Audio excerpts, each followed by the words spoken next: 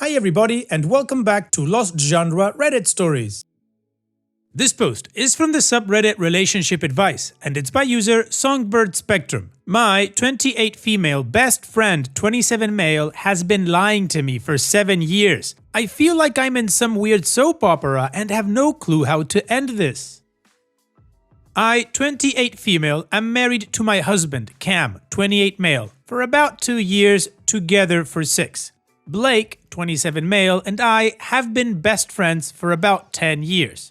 8 years ago, Blake and I briefly tried the dating thing for about 3 months before things ended.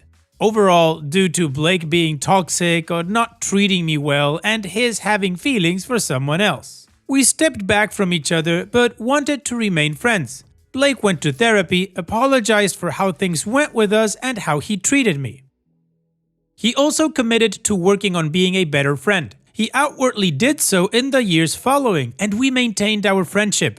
Blake is now with Kaylee, 21 female, for almost 2 years. Recently, Blake and I started having weird little tiffs, and when Cam and I went to Blake's birthday game night, Blake started criticizing me during our conversations over very weird things, such as my career and how I'm going about it, etc.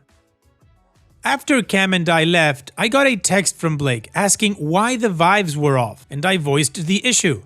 Blake responded with a long email about how he felt dismissed, tread on, disrespected, etc.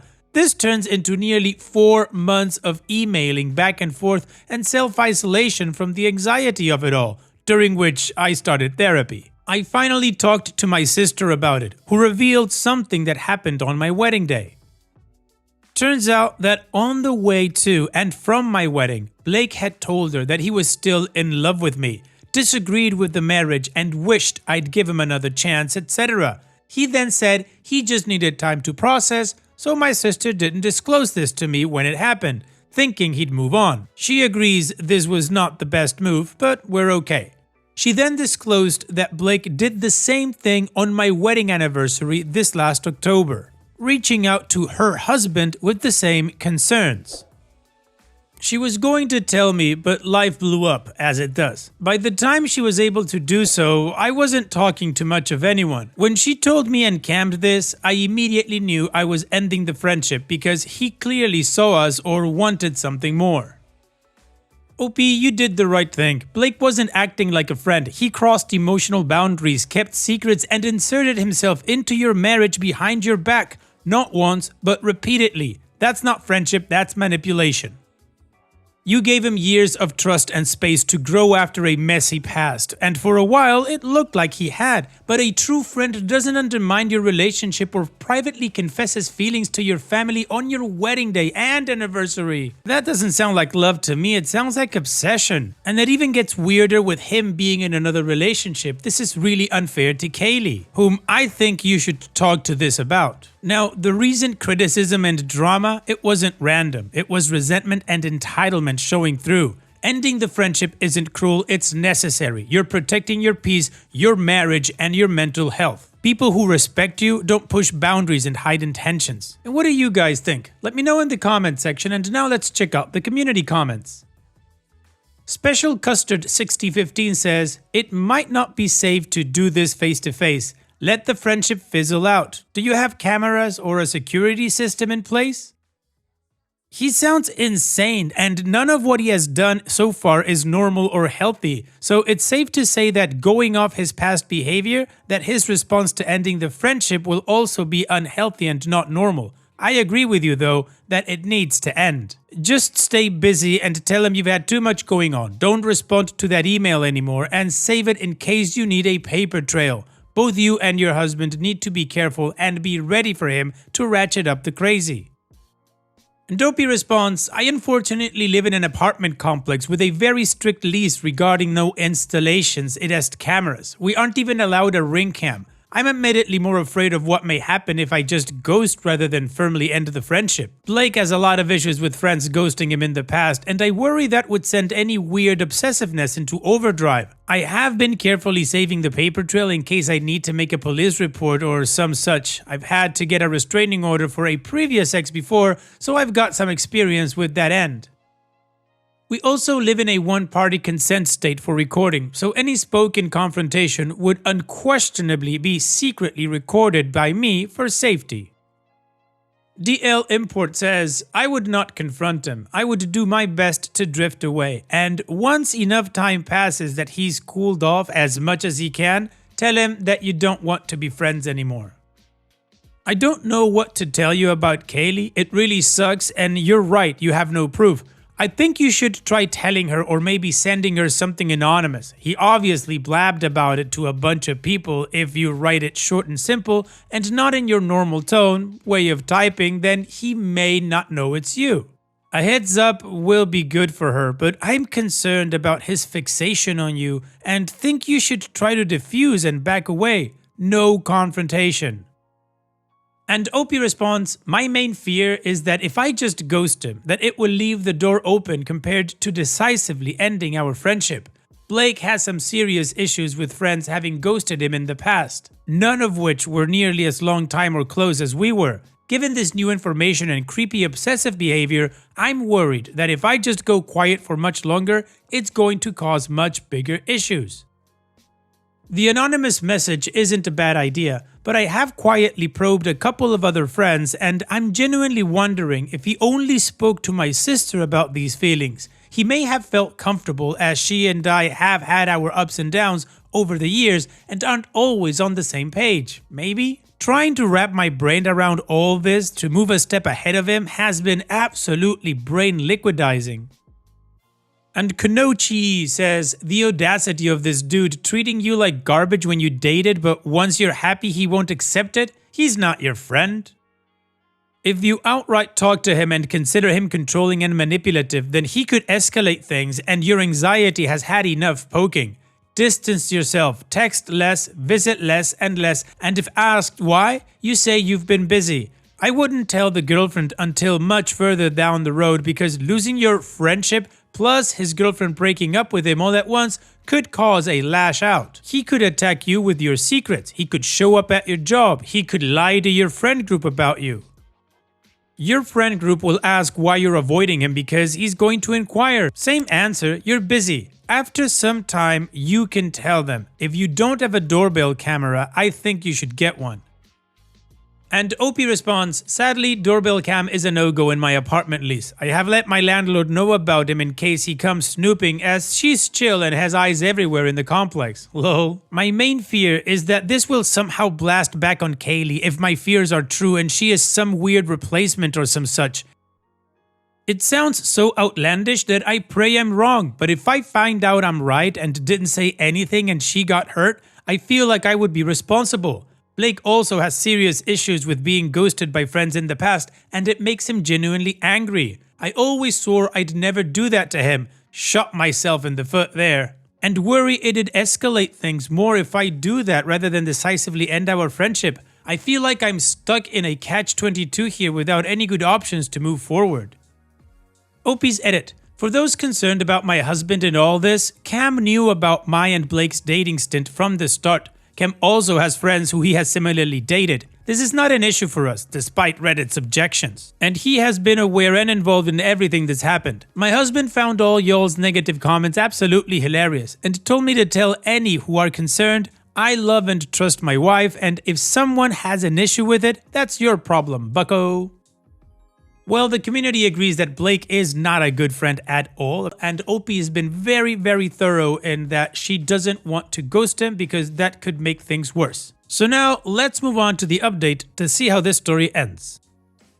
Well, I was definitely not expecting to be making an update or a follow-up post when I made my original post. Admittedly, my original post blew up far more than I ever anticipated. I've made many posts on various accounts and subreddits over the years, including this one, and typically I get a handful of kind-hearted Redditors' inputs before it dies into obscurity, lol, so this was definitely new to me. I'm endlessly thankful for all the wonderful people who offered comments of care, support, and advice. Some of the comments were so invaluable, and I can't thank you all enough.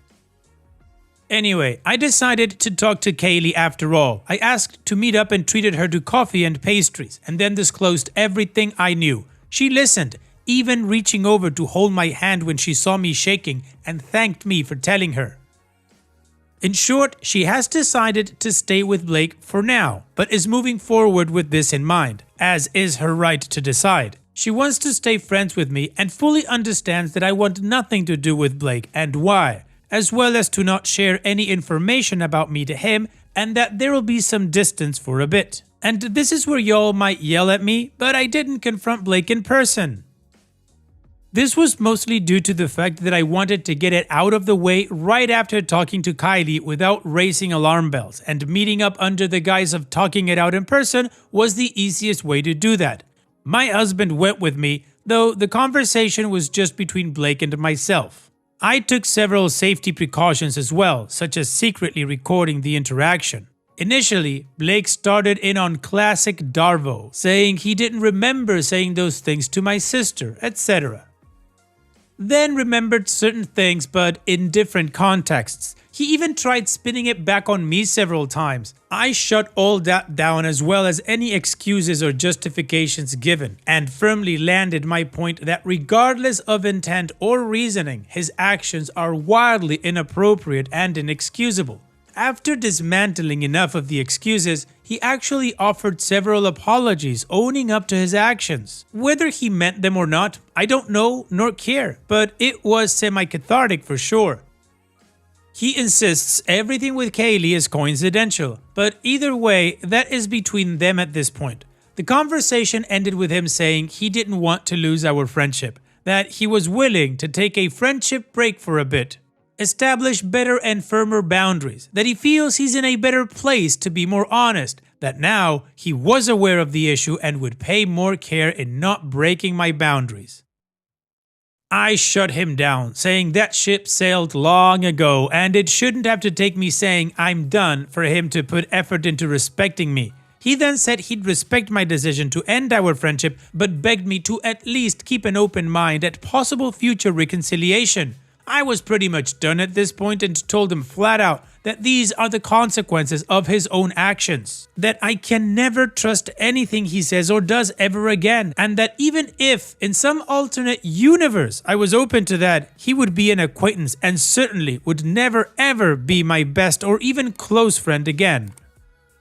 He went quiet and teary-eyed after this, I assume because he knew things were coming to a close.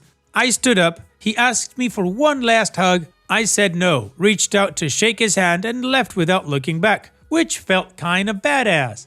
Until I got down the block and round the corner and had the panic attack that had been looming all day. Lol. Win some, lose some.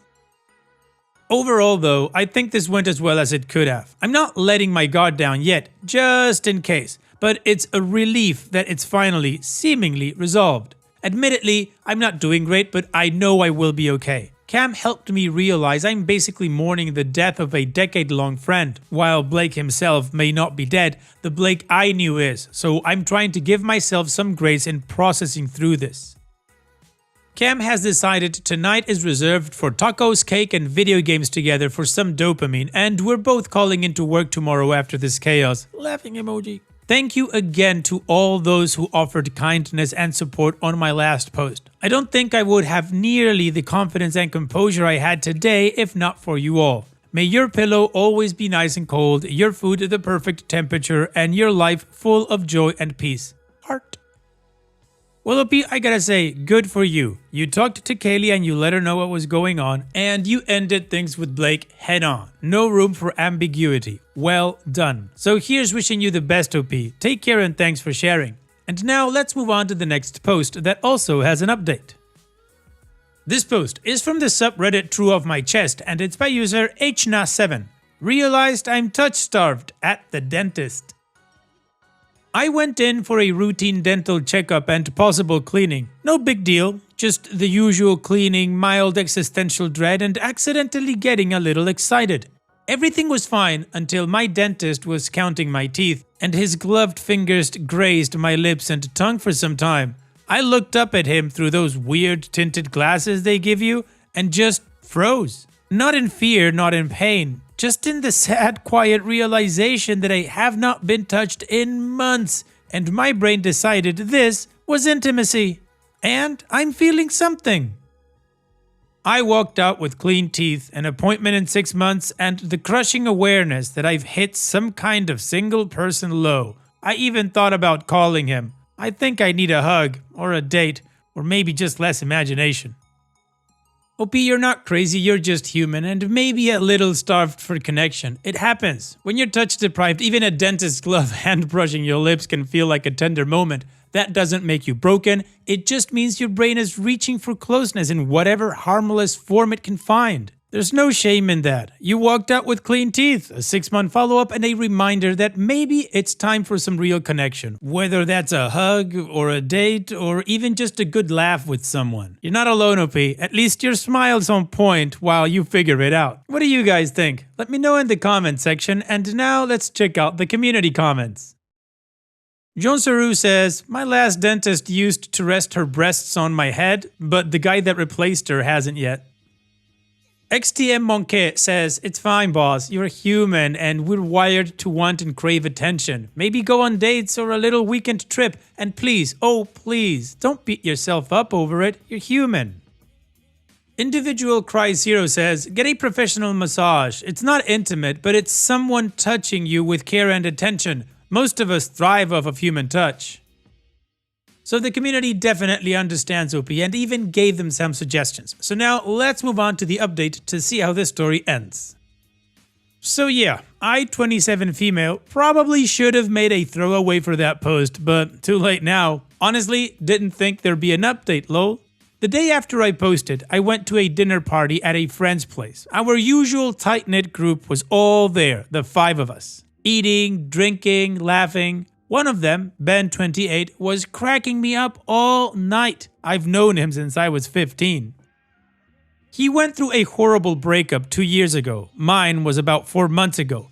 At one point, I complained about shoulder pain and he immediately jumped up, plopped down next to me on the sofa and started massaging my shoulders. I closed my eyes because his hands were actual magic. I swear I was getting tingles all over. So good, so relaxing. I was practically melting under his touch. Next thing I know, I'm leaning back on him, eyes still closed, and his arms around me. He's just gently running his fingers through my hair.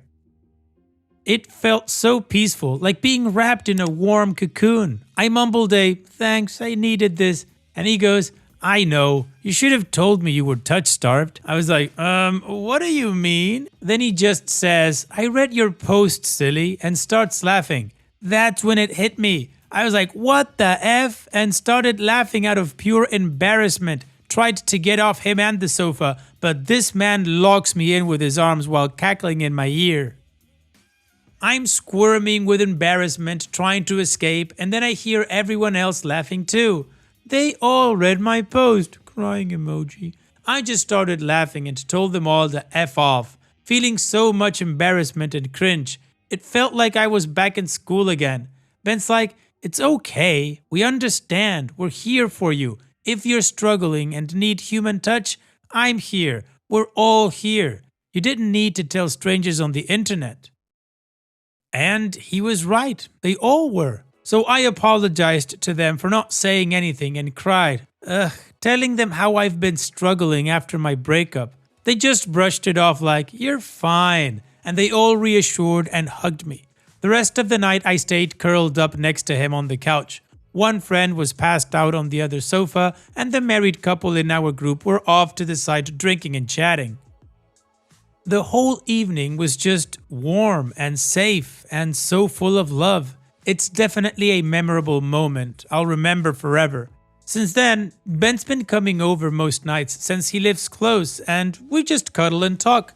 My heart feels full again. That quiet, lonely ache from touch starvation has melted away. I don't feel the emptiness anymore. My battery feels warm and full. So yeah, talk to your friends. Let someone hold you, literally and emotionally, or get that massage. Just do anything. So, thanks Reddit. And yeah, to my friends who are definitely reading this, hi. That's a really nice update, OP, and you've got great friends. It's great to know that you can trust them always. Take care, OP, and thanks for sharing. And that's it for today's video. Thank you so much for taking the time to watch it. Now, if you've gotten to this point in the video, I assume that you like these stories that I'm reading out, so here are a couple more that you might enjoy. And if you don't have any time to watch another story right now, save it for later, and also, don't forget to hit that subscribe button.